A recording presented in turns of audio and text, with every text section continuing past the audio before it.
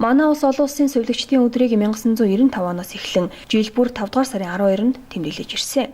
Энэ жилийг эрүүл мэндийн яамнаас сувилахын тусламж үйлчилгээнд үйлчлүүлэгч үйлчилгээ үзүүлэгчийн эрхийг хамгаалын урайндор тэмдэглэн өнгөрүүлэхээр шийдвэрлэжээ. Энэ ажлын хүрээнд Ховд аймгийн бүсийн онцлог эмчилгээний төвийн захиргаа, сувилахын алба хамтран олон улсын сувилагчдын өдөр их баригчдын өдрийн баярын арга хэмжээг аймгийн төв талбайд зохион байгууллаа.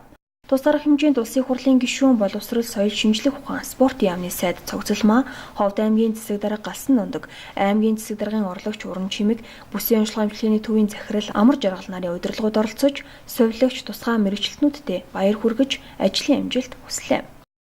За энэ сувилагчдын өдөрт зориулсан олон сайхан арга хэмжээнүүдийг манай бүсийн онцлог эмчилгээ зохион байгуулдаг.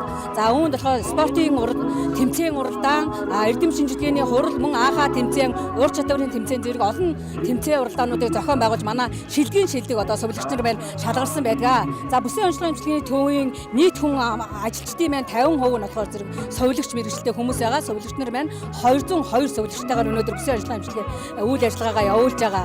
За тэгээ энэ хүмүүс маань эрүүл мэндийн салбарын одоо хүнд ачааг өөрч хоол нойргүй өдөр шөнө үзтгэж явдаг ийм алтан гартай одоо хүмүүс ягаамаа. Тэгээд энэ бүгдээрээ бид бахархын арга байхгүй.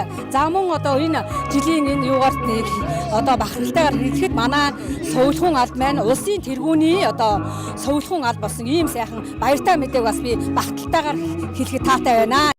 Тэрээр сувилагч хүн гэдэг сая төрсөн хүүхдийн уйлах дуунаас эхлээд амьдралын сүүлчийн амьсгал хүртэлх, хүний амьдралын бүхий л хугацаанд эрүүл мэндийн тусламж үзүүлдэг, халамжлан хүмүүжүүлэгч, дотны найз болсон эрхэм үнстэн гэдгийг тэмдэглээд нэг сувилагчид ногдох хүний тоо 290 байгаа нь бусад аймагуудаас харьцангуй сайн үзүүлэлт бөгөөд цаашид сувилахын мэргэжил нь олон улсын хэмжээнд эрэлт хэрэгцээ ихтэй мэргэжил гэдгийг онцолж байлаа.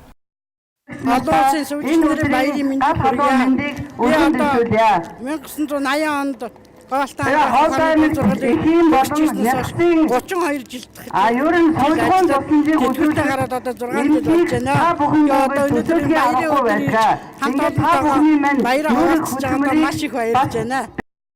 Бүсийн онцлог эмчилгээний төвийн 2018 оны харилцаа хандлага сайтай сувилагчаар арьс гаршлын тасгийн ахлах сувилагч Бямсүрэн, оюунлаг сувилагчаар лаборант Утган цагаан, чадварлаг сувилагчаар цусны салбар төвийн бага эмч Инхт Байнаар шалгарчээ. Мөн энэвэр эрхэлсэн ажилдаа амжилт гарган ажиллаж буй эрүүл мэндийн салбарын нэр бүхий сувилагч тусгай мэргэжилтнүүдийг засгийн газрын эрүүлийг хамгаалахын тэргүүний ажилтан, санхүү банкны тэргүүний ажилтан, эрүүл мэндийн яамны жуух бичиг, аймгийн засаг даргын хүндэт өргөмжлөл жуух бичиг, Жаргалан цомын хүндэт тэмдгээр шагнаж урамшууллаа.